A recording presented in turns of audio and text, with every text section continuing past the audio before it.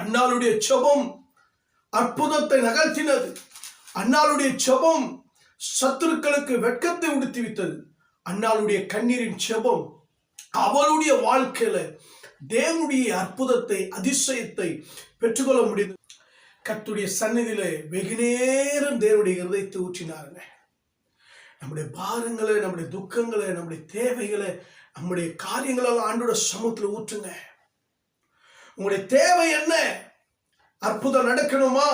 தேவ சமூகத்துல ஊற்றுங்க. அதிசயம் நடக்கணுமா? 100 டைம் மன்றாடுங்க. உங்க வாழ்க்கையில ஒரு புதிய எழுப்புதல், ஒரு புதிய உயர்வு வேணுமா? 100 கேளுங்க. உங்களுடைய வாழ்க்கையில தேவன் வைத்திருக்கிற ஆசீர்வாதங்களும் திட்டங்களும் ஜெயங்களும் உங்கள் வாழ்க்கையில, உங்கள் பிள்ளைகளுடைய வாழ்க்கையில, உங்களுடைய பிசினஸ்ல, உங்களுடைய வேலையில, உங்களுடைய எதிர்கால திட்டத்துல வேணுமா?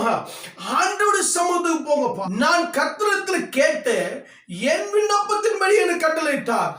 அன்னாளுடைய கொம்பை உயர்த்திட்டாருங்க. தேவன் செய்த அற்புதத்தின் சந்தோஷத்தை அவங்க தேவனை துதித்து மகிமைப்படுத்துறாங்க. விண்ணப்பங்களோடு கண்ணீரோடு இருக்கிற அன்பு தேவனுடைய பிள்ளைகளே, கர்த்தர் உங்களுக்கு நிச்சயம் ஒரு அற்புதத்தை செய்வார்.